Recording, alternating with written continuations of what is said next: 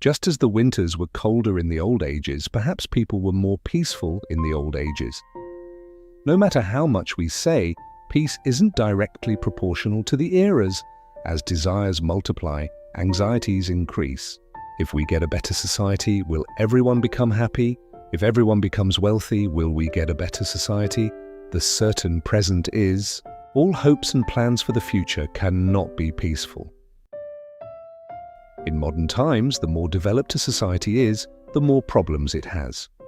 In this film, Edward Yang presents the struggles of his beloved developed Taiwan. Yet his message still relates to us all. Why? Because people are always people. Once, a disciple of Confucius asked, "Since the people are so numerous, what more shall be done for them?" Confucius replied, "Make them wealthy." The disciple asked again, "What comes after that?" Edward Yang is one of the pioneers of the Taiwan New Wave and is considered one of Taiwan's most magnificent directors. Although he made only 7 films, every single one is a masterpiece. His most famous is likely A Brighter Summer Day. Yang's films don't have particularly fancy plots. In fact, I don't even think they really have plots in the traditional sense. In most of his films, he shows the contemporary lifestyle of Taiwan. In some films, he shows the Taiwanese life he passed through. When he presents this, his focus isn't on a single individual character. He focuses on showing the various types of people, diverse minds, and multifaceted situations of that era. Rather than wanting to tell a specific story, his films feel like fragments of things he wants to present, arranged within a framework called a story. You could say he doesn't arrange characters within a story, but rather arranges the characters to form the story. The Taipei that Yang shows in A Confucian Confusion is the Taipei of the same year the film was released, 1994, the modern era. It shows the complications within the developed lifestyle of Taiwan. Why a Confucian Confusion? Confucius said it is necessary to make people wealthy to develop a social system and allow a system to flourish. However, the story opens with the question, what happens after you make them wealthy? It's a question worth asking, because by the time this story is set, Taiwan was already a very prosperous and developed country. So, just as Confucius said, people had been made wealthy. But the problem is that despite becoming wealthy, they are experiencing lives that have become more complicated. In romance, relationships, the workplace, and the family, progress was impacting every human relationship from all sides. Edward Yang presented this. In presenting this situation, Yang uses many characters. He uses a variety of characters to present problems existing across different social classes and personalities. Businessmen, artists, company employees, everyone. There is one thing here. You could say his presentation is pessimistic. And it's true, but it is the world we live in. The older we get, the less good we seem to find. There is a writer character in this movie who serves to channel his philosophy.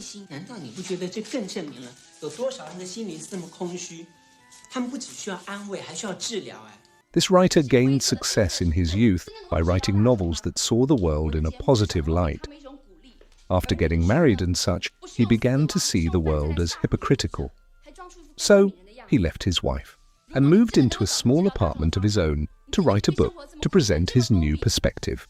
A Confucian Confusion is also the name of the book he is writing. Years pass, nothing came of that character's cynicism toward the world. In the end, he realized something. Having encountered the kind of choices this character made and the perspective he developed, I cannot help but respect Edward Yang for being able to see this character. This character is just one of many woven into this film. There are many interesting characters in Edward Yang's A Confucian Confusion. Since you could say it shows the decay among relationships in an advanced era, and that the main things causing human relationships to decay are infidelity, suspicion, and distrust.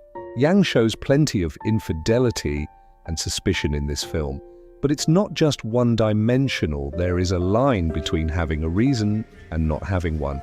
He also shows that the true goodness or evil is not directly proportional to a superficial human perspective of good and bad. So I see this film as showing the subject of modern human relationships very comprehensively. Although it has been over 30 years since it was released, the points he presented remain fresh to this day. No matter how eras change, people are still people, aren't they? So, what is the answer to the problem Yang showed? He never says it directly, so I will retell his answer in my own way. This is not prose meant to be understood, it is meant to be felt. Just as the winters were colder in the old days, perhaps people were more peaceful in the old days. No matter how much we say, it isn't directly proportional to the eras. As desires multiply, anxieties increase.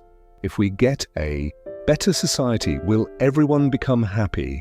If everyone becomes wealthy, will we get a better society? The certain present is that all hopes and plans for the future cannot be peaceful.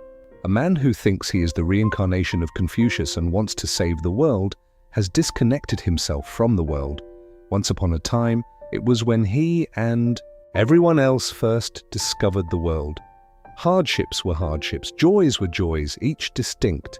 How about love? The purest and most noble thing in this world. We believed it. In that man's world, the world seen through an optimistic lens would have been beautiful every day with a smiling sun. The saying that life can collapse even the strongest minds over time is not for nothing. The more they search, the more they find, and people change. The once purest and most noble thing, the world that was beautiful every day, becomes a mere generality when it comes face to face with reality.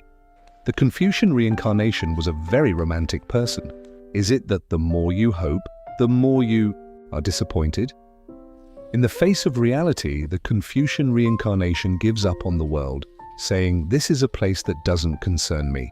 For many years, he tried to build his plan to fix the world in a corner, but the very day he re-entered the world, everything he built was destined to drift away.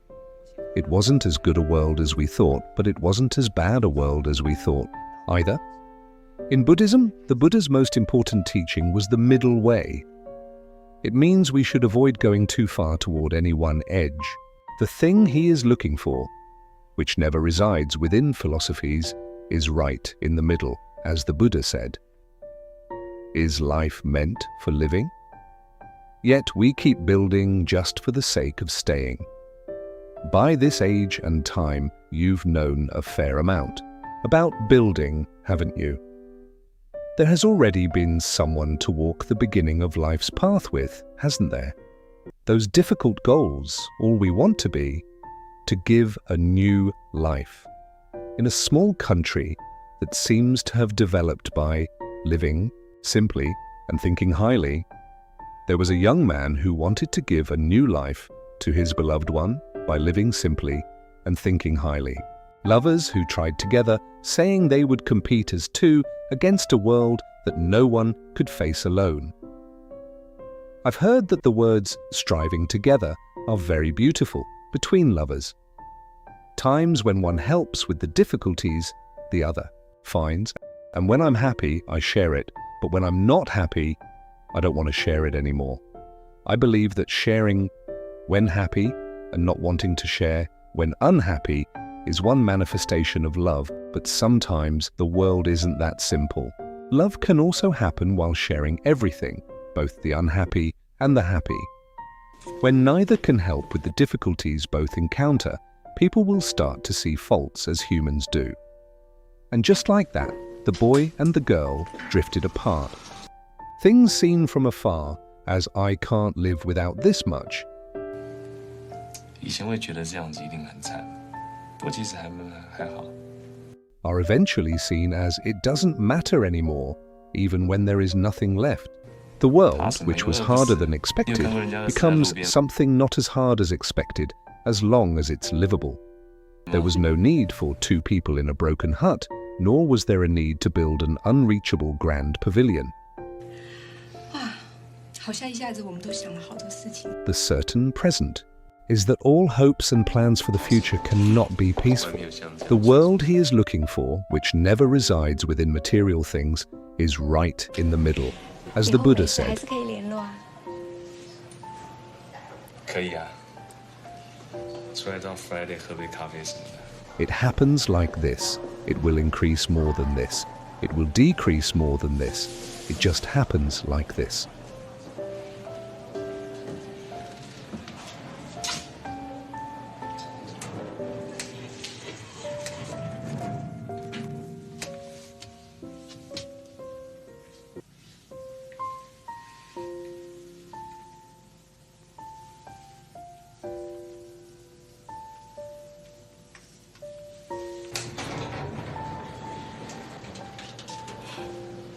How about you Friday 喝杯咖啡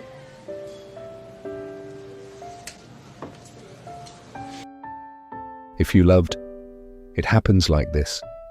If you loved, even if it decreases more than this, it's okay. If you loved, it will increase more than this. If you loved, decreasing or increasing of life doesn't matter anymore. If you loved,